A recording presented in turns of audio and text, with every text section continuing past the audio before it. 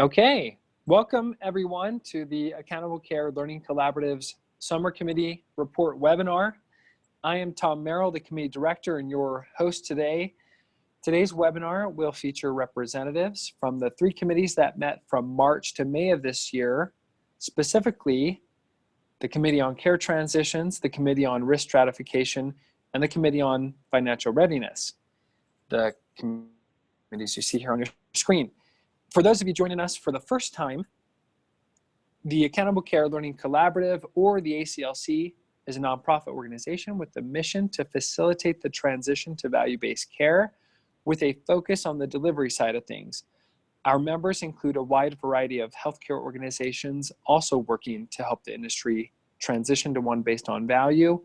Most of our members, by virtue of our mission, our focus, are provider organizations in a variety of configurations. Our landmark contribution to date has been the Accountable Care Atlas, a systematic and comprehensive approach to laying out all the required competencies for success within a value-based system, and that work was enshrined in the visual you see before you. And as you can see, it's a lot. It's a lot of competencies that we are asking our health system to develop. Therefore, the ACLC members, with help from ACLC staff and invited expert guests from across the US, organized into committees to focus on one of these competencies with the aim of sharing lessons learned and pushing the boundaries of industry knowledge. I'll briefly review the committee knowledge development process to give you context for the insights we'll hear from our committee representatives momentarily, but also we want you to understand the nature of the resources being published today. So the first step in forming a committee is to select an organizational competency that is top priority, right? So you can see that of the 150, we focus on one. The second thing we do is form a committee comprised of dedicated provider leaders, both from our membership, and we invite standout provider leaders from outside of our membership, some of which are joining us today. We find industry partners that have expertise in this competency and are willing to underwrite the committee's deliberations. You'll see some of those names today. We refer to them as our sponsors. Then with about 15 folks, we take to building out the competency in more detail. The example I'll share on my screen actually comes from a committee that met earlier this year, the Committee on Patient Experience, and they took this competency, incorporating patient direction and feedback into care delivery efforts. They built it out into the three enumerated sub-competencies you see below, and as a committee decided that they wanted to focus on that first sub-competency. They then built it out further into the elements that you see on your screen, A, B, and C, decided that sub-competencies 2 and 3 would be addressed in future committees. The framework that you see here then served to inform the structure of the committee's discussions and research for the next 3 months. At the end of the committee's deliberations, our research staff summarized the insights, and they are now available. They are now published in what we call a competency orientation guide, that document on the right-hand side. So on the left, that informed what you see on the right. The committee process includes pre-session interviews. You can see that on the left-hand side of your screen, to help build the framework and inform the agenda. The committee then meets 3 times over 3 months. The kickoff meeting for this particular group was held in Chicago in March, and as you can see at the bottom of the slide, we'll have convened 12 different committees over the course of 2019, with more than 50 unique provider organizations contributing. In addition to the competency orientation guides, the committee outputs also include the discussions themselves. So meeting summaries for each discussion, case study briefs, which are 2-page case studies, which show one organization's efforts to build a given value-based competency discussion, and then the webinar that you're engaging in today.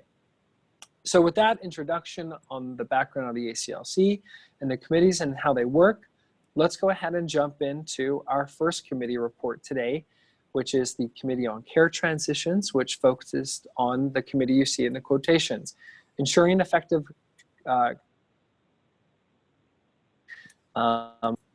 You should be seeing on your screen right now the list of the contributing provider organizations on the left, along with the sponsoring organizations on the right. And as you can see on the left, some of these organizations are, many of them well known to you, household names as far as the transition to value-based care goes, and we're very grateful for their contributions. And we'll hear from a couple of them in just a moment. The sponsors on the right, MHA and Takeda, we want to thank them for their very generous support in underwriting the expenses of this committee. And with that, I'll show you a teaser of the framework that this particular committee came up with. A detailed competency orientation guide will now be available today, published on our website, and you'll be able to see this content built out in more detail with included insights and information. So with that, let me turn to our committee representatives. We have with us on the phone Joel James, who is the Director of Public Policy and Government Affairs at Signature Medical Group. We have Chris Crowley, who oversees successful aging at the West Health Institute. Not with us today is the actual facilitator for this committee, but we want to acknowledge her contributions to this committee. That's Crystal Gary. She is a principal at Levitt Partners. Levitt Partners helps staff the ACLC.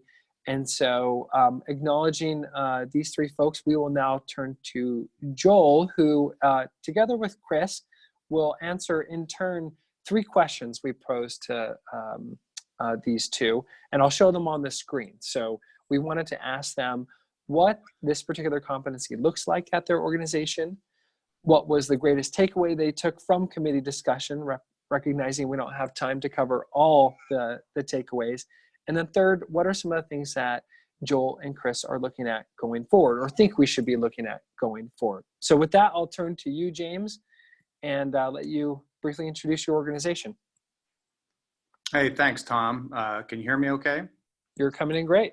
Great, thanks. Hi, good morning, everyone. Yeah, Joel James here, Signature Medical Group. So what does this competency look like in our organization? Well, I can tell you it looks entirely different now than it did 7 or 8 years ago, largely because of our immersion into value-based care initiatives like bundle payments and some other initiatives.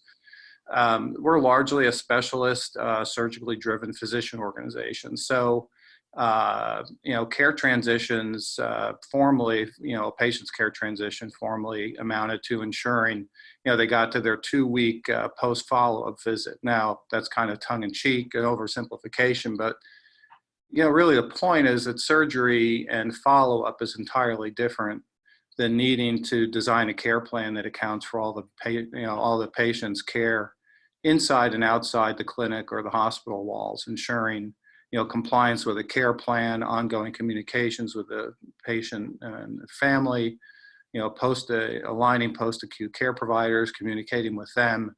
It's entirely different when you're managing an episode of care as opposed to one surgical event and then a follow-up. And that's, where value-based care is taking us as an organization, as well as thinking about building in the safety switches, so to speak, to shortcut, a post-surgical patient's impulse, for example, to go to the emergency department for a perceived complication, which was very common, prior to value-based payments, where, we say if you have these, if you have these issues, you're seeing this kind of drainage or this kind of swelling, in your surgical site, you can contact us or go to the emergency department. Now that's basically verboten, right? I mean, we'll do a telehealth visit. We'll even do house calls before we want a patient going to the emergency department. Because of that and those kinds of initiatives, inside and outside the organization, we have found immensely improved outcomes, lower cost, and best of all, tremendously improved patient satisfaction, where they are seeing the value of the care they're really getting over a longer period of time. the greatest takeaway, I think, that I personally I took away from the committee's discussions was really how immensely complicated the relatively simple idea of care transitions is. It's very complicated if it's to be done exceedingly well, right? So moving a patient and communicating with care partners from one care setting to the next seems pretty straightforward. And maybe for a lot of you, it already was. For physician group, it's a very different structure. A number of things can go wrong, obviously, and it can be rather daunting when you think of all those intersections of care and communication that need to occur for things to go smoothly. And I know once our groups were in bundle payments, the role of a care manager suddenly took on a whole new dimension. We like to say in a surgical bundle, for example, the physician, may be the quarterback for treatment, but the care manager, if you'll excuse the football analogy, is both the offensive and defensive coordinator for all the care, really in one package. So having the best care design, the best post-acute care partners, plan, the greatest analytics platform, the greatest EHR system, assuming anything like that actually exists, what I've learned through the committee discussions is what we're doing here at Signature. The most effective care transition comes down to the strength and the simplicity of a care team's communications amongst themselves and with the patient and the family. And so, to coin a somewhat tired expression, not aimed at anyone in the audience, but it's the communication stupid. It really comes down to that. So it's very simple, yet exceedingly complex. What things relative to the competency are we looking at going forward? So I think we're all very well aware how social determinants of health and the impact of overall health and its impact on overall health outcomes, as well as, preventative care in specific patient populations has been gaining more and more of a central role in care management. And in addition to this, at least, for physician organizations like ours, how much care is delivered as the patient moves through care settings outside the four walls of the physician's office is, again, taking on a whole new dimension in value-based care. So as I mentioned, we're mostly a specialist-driven physician group. So historically, more emphasis has been placed, I would say, more on outcomes versus preventative care per se. But even so, recognizing the importance of social determinants of health in specific patient populations has become a more prevalent clinical approach as we took on more and more value-based care types of initiatives.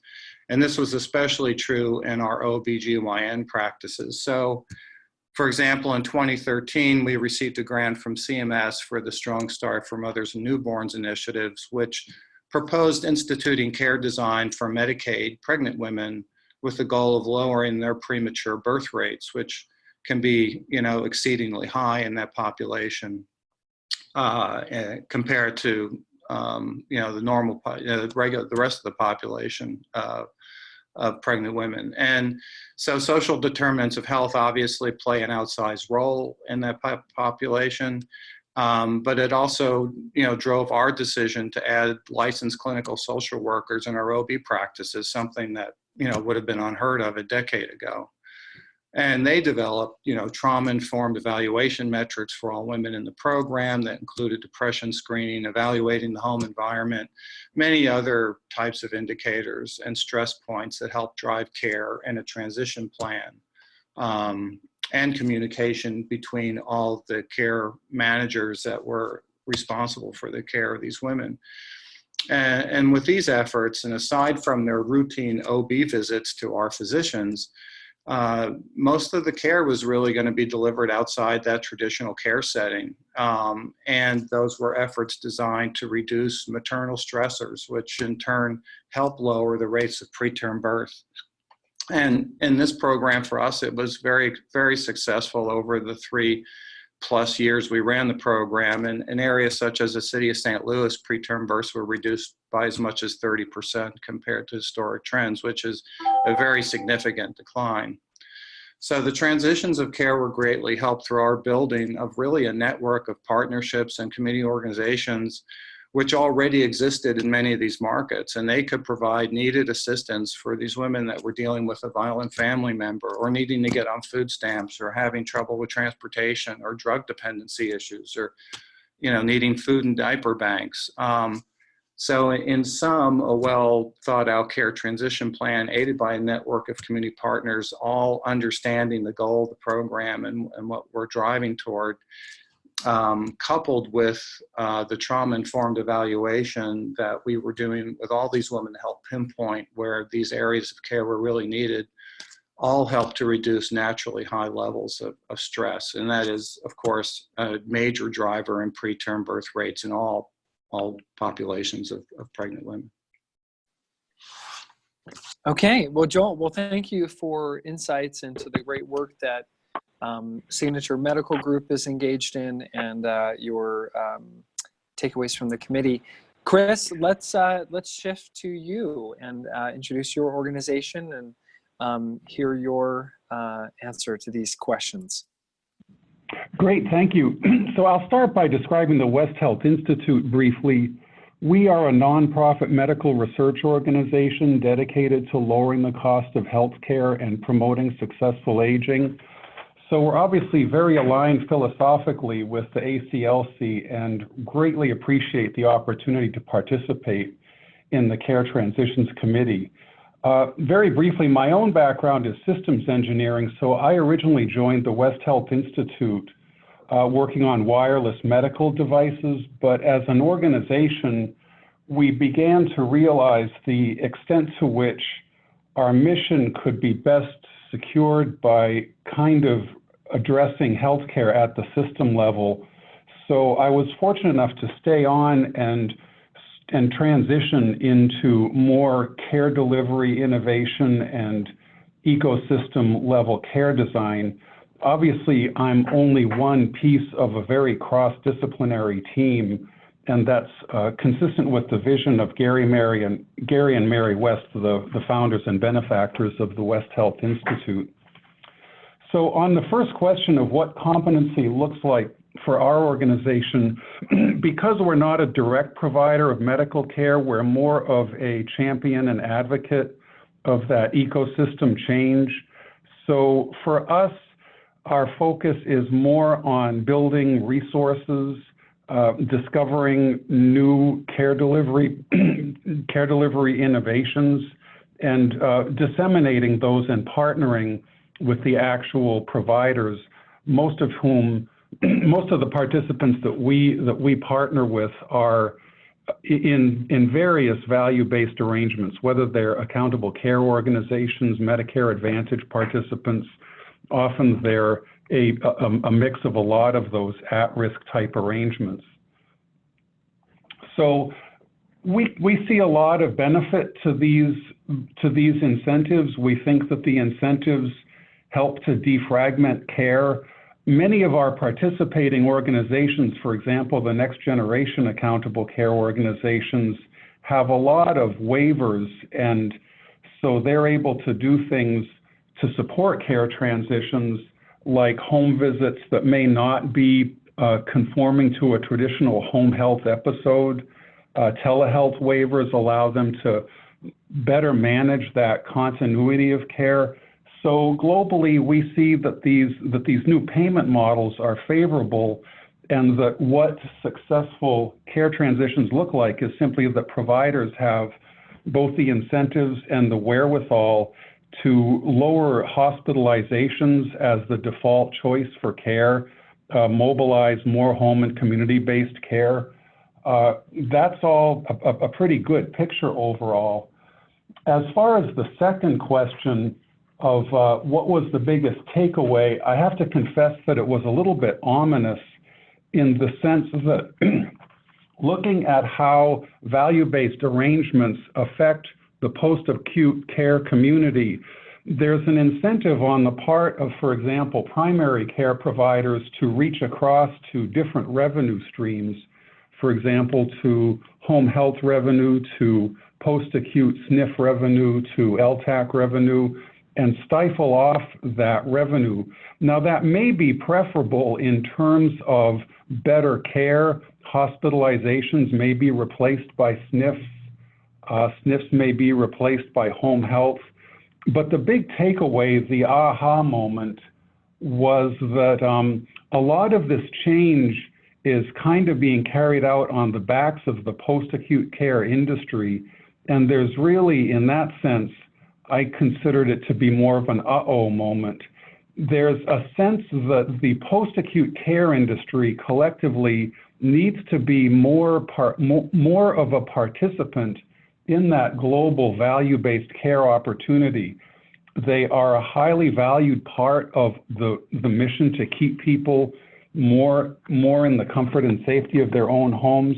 But until there's more of a collaboration in terms of that risk sharing and the incentives, there's a risk that the home health industry and the post-acute care industry broadly will not be available to support the mission. So we've studied a lot of the new payment models. We know that some of the moving beyond just accountable care organizations, we know that, for example, the direct contracting model and the primary care first models that are really just being rolled out now, that they do support not just savings, but savings associated with lower hospitalizations.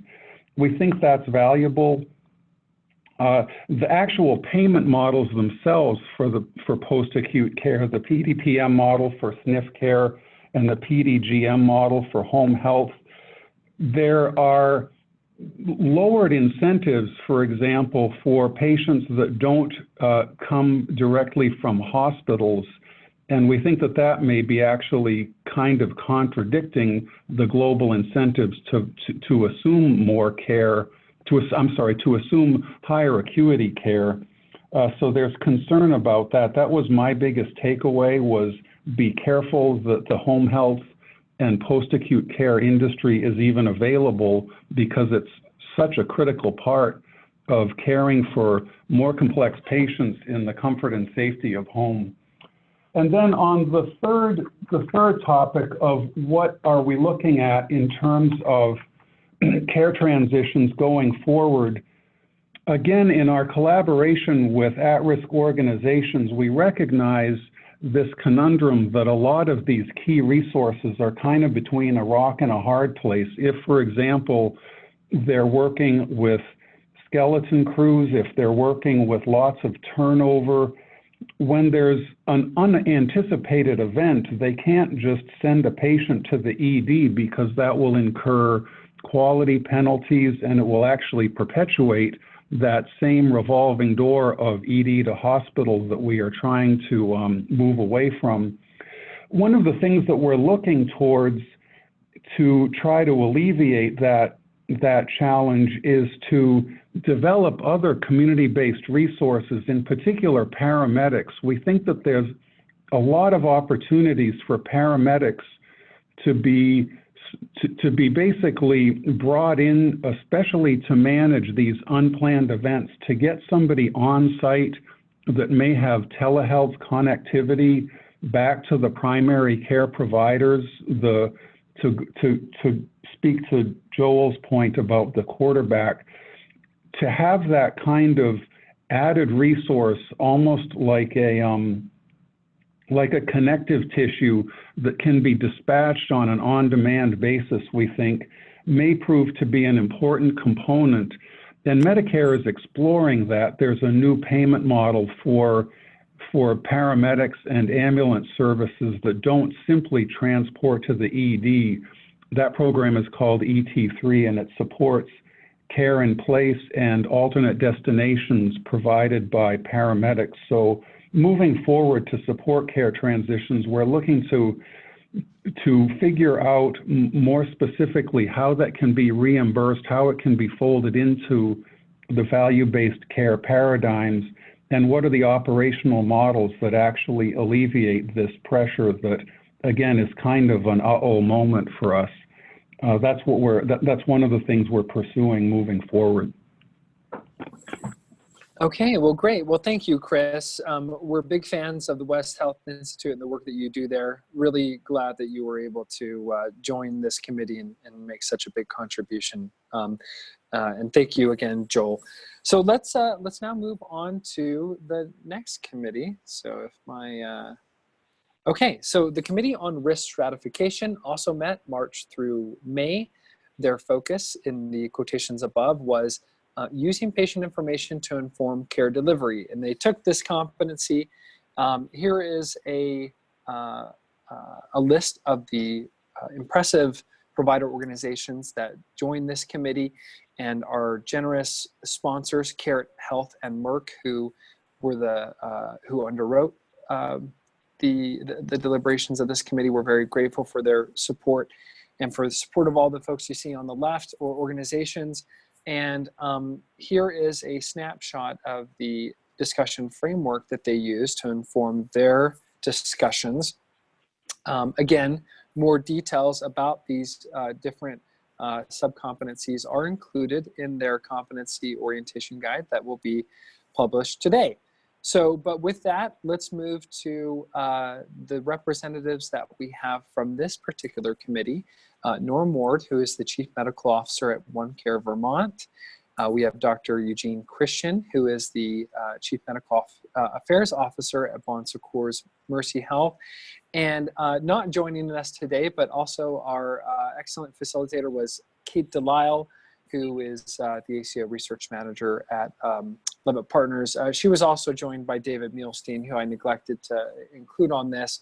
But in any case, we will now turn to you, Norm, if that's okay, if we'll start with you and have you answer the same questions that we covered on the last segment, but relevant to this particular, and I'm realizing that I included the wrong text here. This is, it should say, what does risk stratification or financial readiness, risk stratification look like in your organization? So just kind of superimpose the right text as you answer these three questions. So we'll turn to you first, Norm. Great, I'll try to keep that straight. So thanks for the opportunity to be here today. So OneCare Vermont is a statewide accountable care organization that's in our 60th year or so. We are basically the main effector arm for the Vermont all-payer model.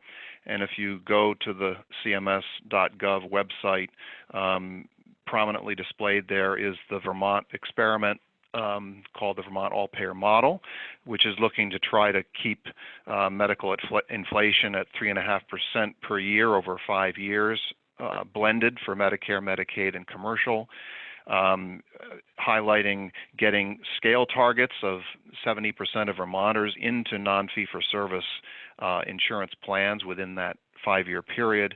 And it's linked with significant quality goals around reducing the growth of chronic illness like diabetes and hypertension, improving access to primary care, and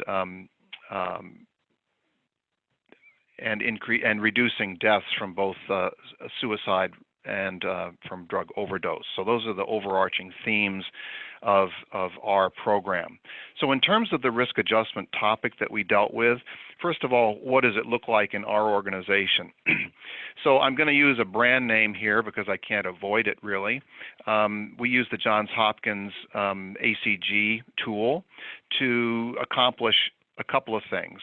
One, we use their rescaled total cost predicted risk scale. There are multiple scales that are in this proprietary system, but we use this program on at the beginning of the year to basically categorize our attributed patients into low, medium, high, and very high risk categories.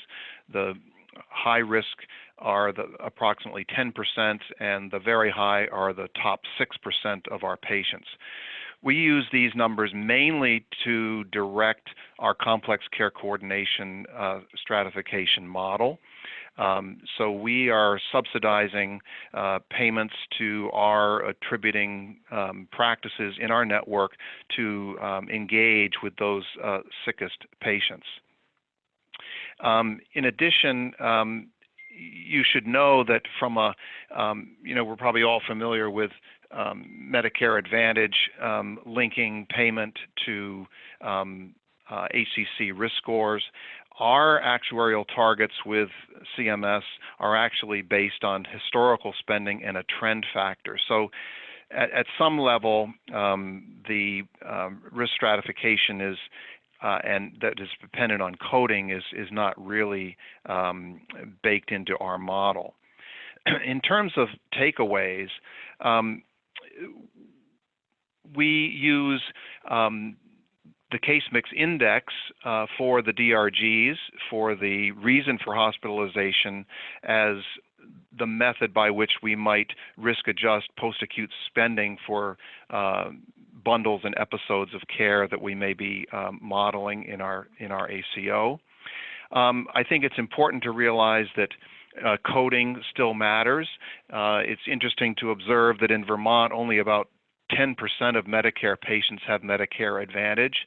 And so in that sense, the clinicians in Vermont have been less motivated to, become very good coders for HCC purposes because our penetration of Medicare Advantage has been so low.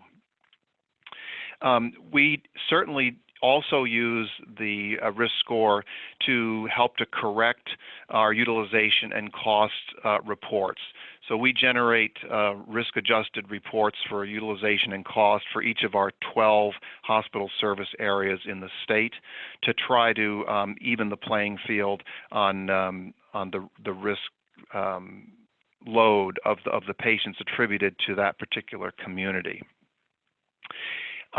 Going forward, we, like has already been mentioned, are certainly interested in understanding what connection the social determinants of health have on the medical claims-based risk adjustment methods. So we're working with a vendor that you might call sort of a big data type of vendor trying to uncover social stress for our attributed patients.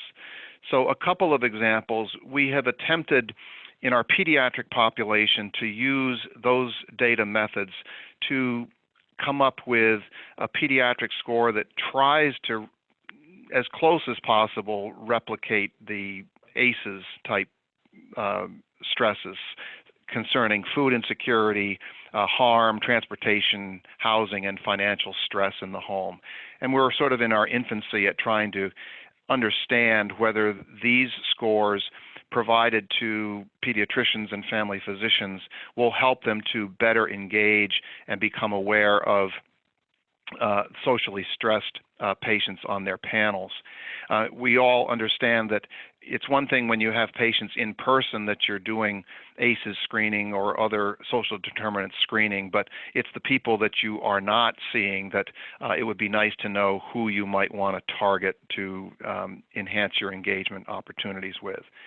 Then likewise, we're running an all-age social determinant stress score for our Medicare, Medicaid, and commercially insured patients to try to understand whether or not such a score could provide a method for how we pay our various communities, how to use methods other than medical claims to decide what is the right financial model for a particular community that might be experiencing a higher level of socioeconomic stress. So obviously a big topic. We're somewhat of a unique organization, and was very interesting to serve on the committee. Thank you.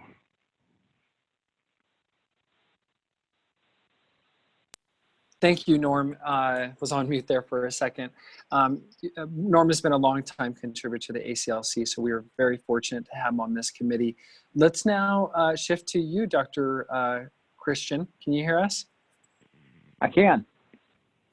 All right, go ahead. Can you hear me? Good. Coming in loud and clear. Yeah. Great, thank you. So just a little brief background. So we're Bon Secours Mercy Health. I'm Chief Medical Affairs Officer for our organization. recently a merger of Mercy Health in Ohio and Bon Secours in Atlantic area, which is Virginia, South Carolina, and a few of the other Atlantic states. So just brought the two organizations together. We're nearing our 1-year anniversary of the merger. So trying to bring some of this work together from both sides has been interesting and challenging and I think fun at the same time. But I think in answering the question about what does risk stratification look like at our organization, I think what we tried to do first is put a stake in the ground on what is it that we're trying to fix and what are we looking at to try to improve on. And we know the CMS metrics for value-based care that we're all being measured on are part of it, but what are some of the other areas that we could identify in from a risk stratification standpoint that we thought we could spend our time on that would bring better value to our patients and the populations in our markets. So we try to look at it from a big data perspective as well. So we're 3M based for DRG encoding, and I'm not going to talk too much about that piece of it. Norm really outlined the work that they did, and we're doing very much similar work on that piece of it as well. But we also utilize them for getting data pulls along with our Epic partner to identify specific populations. And of course, we're trying to reduce readmissions, reduce utilization of the ED that's unnecessary, and again, try to provide care outside of that acute care facility where the costs are less. So we really wanted to identify who are the high-risk utilizers of hospital care, what are those patient populations, what DRGs do they lie in, what are the chronic care issues that they have, and you're looking at diabetes, COPD, heart failure as your three biggest probably right there, and then looking at post-op surgical complications. So we tried to risk stratify those basic populations, and from that point we can start to decide where do we need to spend some time to improve things. The other piece of it for us was developing some predictive analytics tools, and Epic helped us do a little bit of that. We also partnered with a few other organizations with some software that we incorporated to actually look at who are the risk patients, and not only who are the high risk, but who are the rising risk patients. Because if you can intervene on patients who are maybe moderate risk, who are they and what can we do to help them? Because helping them will probably be a lot less expensive than helping the high-risk patients who are already truly sick. So we've been starting to look into how we can impact that population of people, particularly in the chronic conditions that are in a rising risk category, and intervene earlier in their care. So we felt that those were important things for us to look at from the standpoint of how our organization is going to be using risk stratification to help us drive the work. So those are probably the salient points of what we looked at. From my perspective, from the committee discussions, and I got to say they're excellent. We had some great discussions with everybody on the committee and our partners, and always come away with some great learnings. But I learned a few things. One is risk stratification has a lot of different faces. How you define what it is was different from pretty much everybody we talked to. And I think the committee came together with some really good points from the standpoint of what does the data look like? How do you do a model build? What are the challenges in the data? Because with anything else, particularly predictive analytics, you got to have good data coming in because junk in would be junk out. So trying to refine that and define what was meaningful, I think was interesting in that discussion. And that was a good takeaway for me. And I also believe that the discussions we had on predictive analytics, where you really have to look at large data pools. And we're a 43 hospital organization in 7 states. There's a lot of data to look at. So how do we do that best? And are there AI resources now that are coming online from particular vendors that can help us take those large amounts of data and refine them so we can actually start to focus on what's really important in our patient populations. And with a large organization, some of our markets had different issues. So we may be looking at heart failure in one market, but in another market, it's really not that group, but it's diabetes that's the biggest problem that we have. So trying to parse that out from a market perspective is part of that. And I learned some of that from our partners in our discussions, and that's work we're continuing to do. As far as what we're looking at going forward, and I think I'll talk a little bit about some of the things we're actually doing now. And I think this is an interesting project. We are now partnering with some of them, with a couple of our markets, with our local grocery stores with data on, and we're getting patients who are signing up for this with our diabetic population that will allow us to look at their buying habits and predict from their buying habits what's their A1C going to look like if they continue to buy food and eat that type of diet, and how can we intervene by using that data? And so we got social workers and we got diabetes navigators that are looking at this data and then reaching out to these patients in our panels to talk about, hey, this is what you've been purchasing. Do you think you ought to be looking at these other things to put on your market list when you go to the grocery store? So it just that's just being one of the social determinants that comes into play. But we're starting to look at that, partnering with some of our local vendors to do that work. We have a sepsis collaborative that we put in place where Epic built a predictive tool for us in our hospitals that allows us to look at patients with certain parameters who are potentially getting septic. And we put a virtual center together where instead of having the nurses have to look at their monitors all the time because they're out there taking care of patients and the physicians aren't looking at it. So alerts coming through the AHR wouldn't be seen. We had a remote monitoring area in one of our hospitals on a pilot that monitored that. And when the alert came to them, they immediately could contact the unit. And it was saving 15 to 20 minutes of alerting someone that a patient may be becoming septic. And in sepsis, minutes can mean lives. So we looked at that from a risk perspective as where do we see that those populations that would benefit most from that. We're also, when you're looking at the outpatient world, and I think someone talked about this, we partner with a company in Richmond called Dispatch Health. And we looked at the risk population of heart failure patients in particular and COPD patients because they were the frequent flyers back to our ED. And we partnered with this company, and with the risk stratification tools that we had, found that population of patients that would benefit most from an early intervention. So instead of coming to the ED when they were short of breath, they called this Dispatch Health group. They actually showed up with their little wagon. There's a paramedic and a nurse practitioner on board, and they could actually deliver care to the patient's home, give an IV, give Lasix, to actually avoid an ED visit.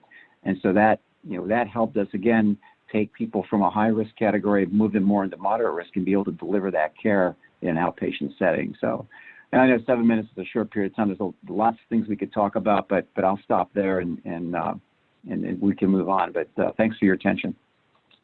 Well, thank you, Dr. Christian, and again, Norm, just really stellar contributors to this committee. More insights in the competency orientation guide. Okay, but with time running short, let's move on to our final committee report, the Committee on Financial Readiness, who undertook the gargantuan task of looking at what does it mean to assess financial requirements for value-based operations. Here is a list of the contributing organizations, also just really impressive. And here are on the right, your sponsors. So Hanover Re and NACU. And I should pause here just to mention that these are not just organizations that are underwriting these committees, but in every case, especially with the four previous, MHA, Takeda, Merck and Carrot Health, they are lending expertise to these committees, and we're really just grateful for the knowledge that they share. So with that, let me just give you a preview of their framework, show you that it is built out quite a bit. Their orientation guide will be published today, and it is just chock full of great insights.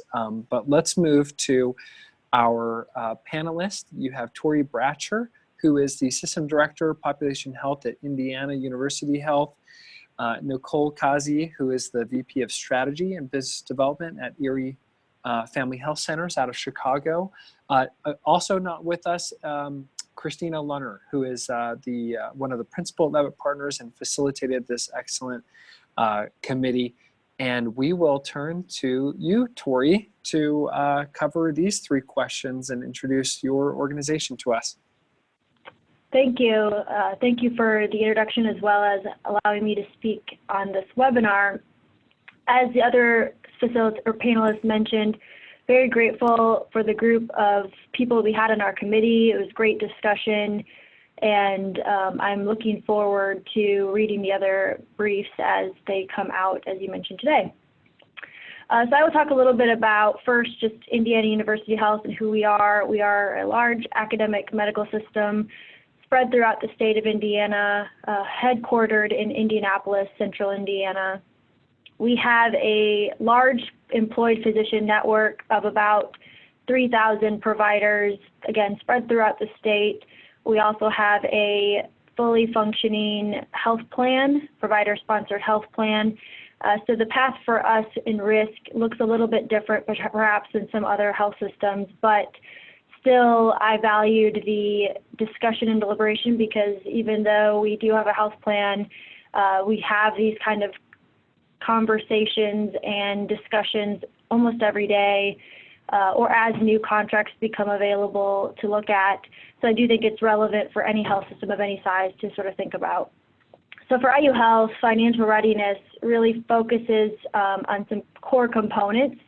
Leadership first, do we have the right leaders and the willingness to move forward into the risk space? 2, do we have the capabilities to be successful in a risk contract that presents itself or that is available in the market? And 3, does the contract support these success factors that in our current capabilities? So knowing what success looks like is very important from both the payer and the provider side.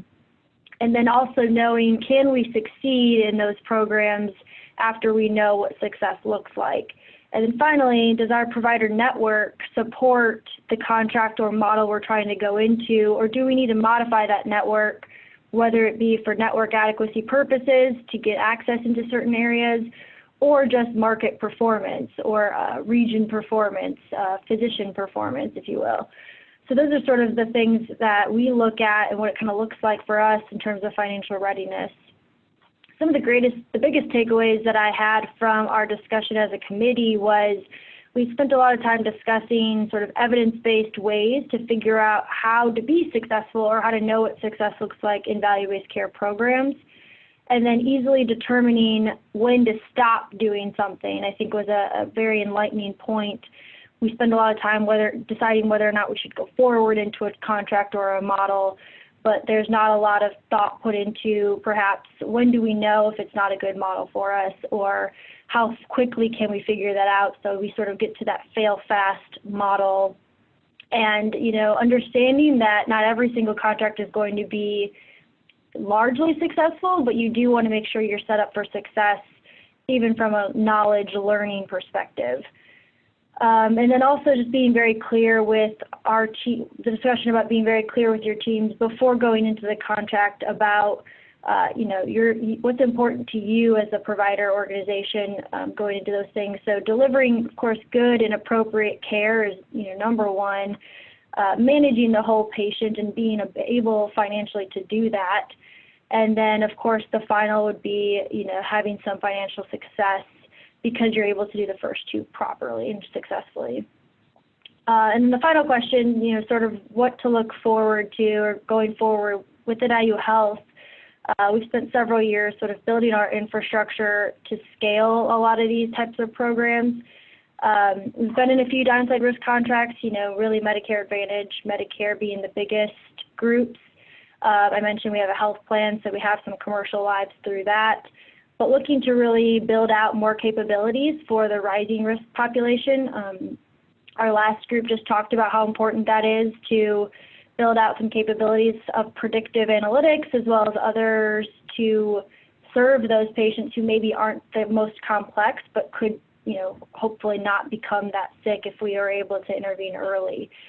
So again, building out some of those capabilities so that we can succeed in more commercial contracts or contracts that maybe don't have the easy low-hanging fruit in sort of the Medicare world, but things that we can do to scale more and become more successful in those type of contracts.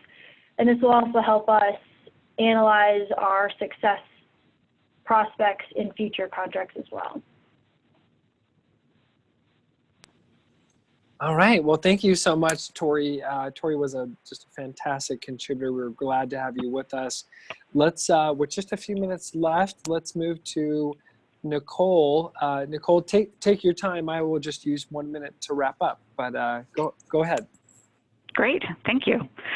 So I come into these conversations as a bit of an outlier in two ways, although I've heard several others also describe themselves as being outliers, and it's probably the case that we're all actually quite different in the end, but there are probably some universal takeaways from all of this, and that's where I'll try to go here.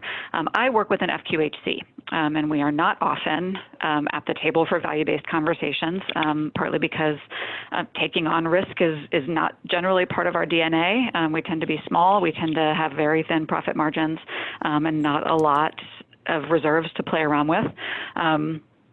Also, my focus and our focus has been on accountable care in Medicaid, which is not, I have found in these conversations, where most of the focus is, just because Medicaid is behind Medicare, I think, in establishing models like this. We are fairly large by FQHC standards. We have about 300,000 visits a year, 77,000 unique patients. We have 13 locations in the Chicagoland area. Medicaid is our dominant payer, and because of the FQHC payment model in Medicaid, we are very incentivized around volume, and our encounters have been historically what drive how we function as a business, and that's even more so than I think other provider organizations. But I also think FQHCs are wired for value in a lot of ways and should be at this table. Our providers are constantly thinking about patients' out-of-pocket costs. They prescribe generics as a matter of course. It's a very prevention-oriented model. We have integrated behavioral health. We are very used to dealing with social determinants and supporting patients and what happens outside the clinic. So I think we are oriented in such a way that if we can figure out how, on the financial readiness side, to really be prepared for risk, then we can be a really important part of this ecosystem. We are part of a Medicaid ACO. The whole ACO has about 115,000 lives.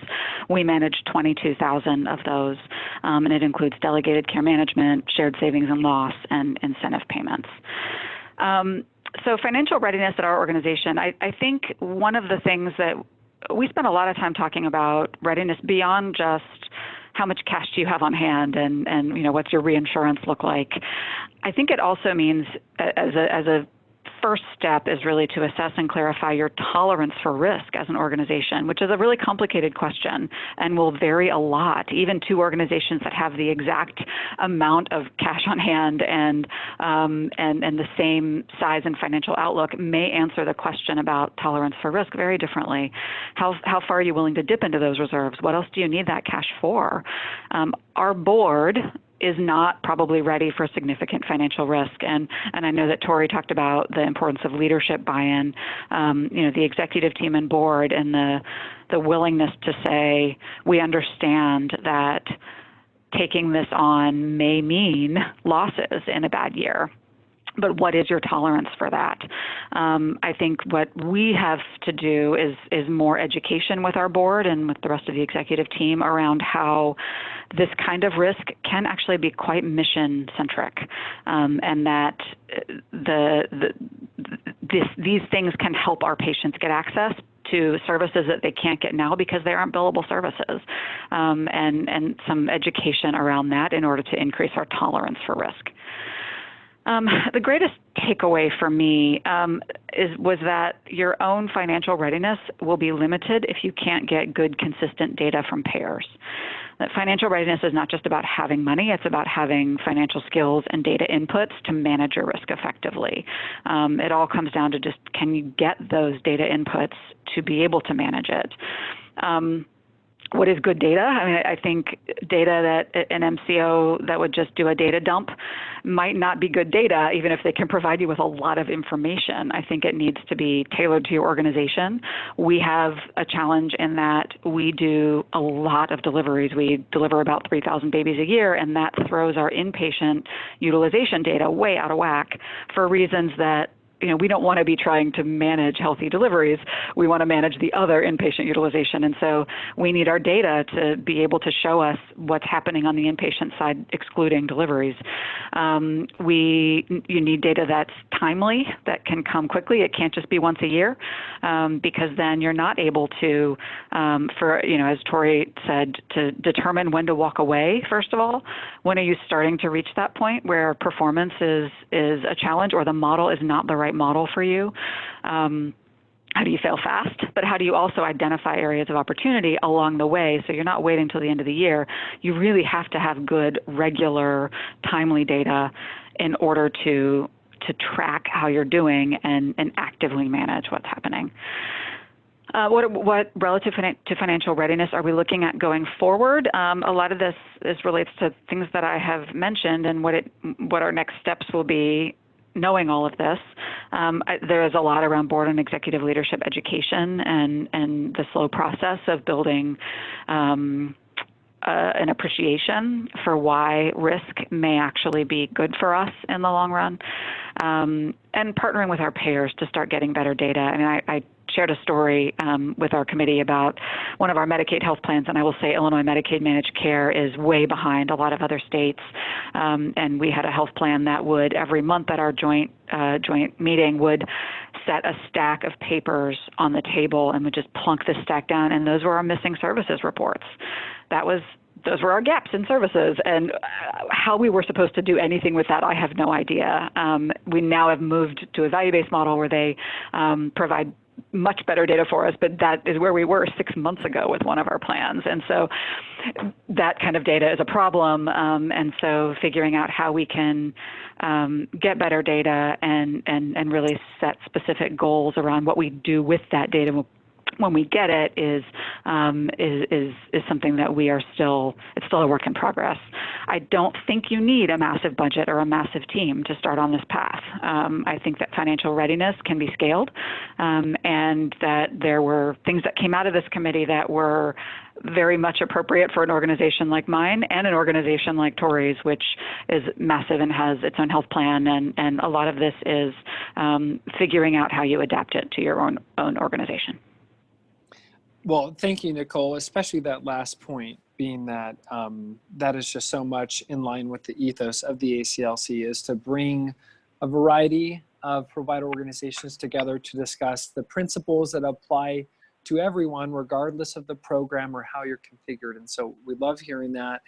We're very grateful for your and Tori's contribution to this committee. And we want to thank all of our panelists today. Not only for their contribution on today's report webinar, but over the duration of the committee, their insights and experience was invaluable. Let me finish with just 1 minute to go, a call out to committees that are upcoming. So for the fall, which actually starts just this month and the next, we have 2 committees, one on evidence-based care and financial incentives. You can see those dates. There are still a couple of spots open on those particular committees. So if there's interest, or if you know folks that just would really be great benefactors or contributors to those committees, let us know. You can see the list here for winter, starting in October. Aligned incentives, we heard a lot about SDOH today. So integrating SDOH, stakeholder engagement, data aggregation, and serious illness. That's the only one that's closed because it's put on by our sponsors, CAPC, who had a different format for that. But as you can see, there's a lot of great discussions to come, and we'd love to have you with us. So with that, I'll thank all of our panelists again, and for everyone else for joining us. And we will see you in our next committee report webinar. Have a great rest of your day, and we'll see you soon. Bye, everybody.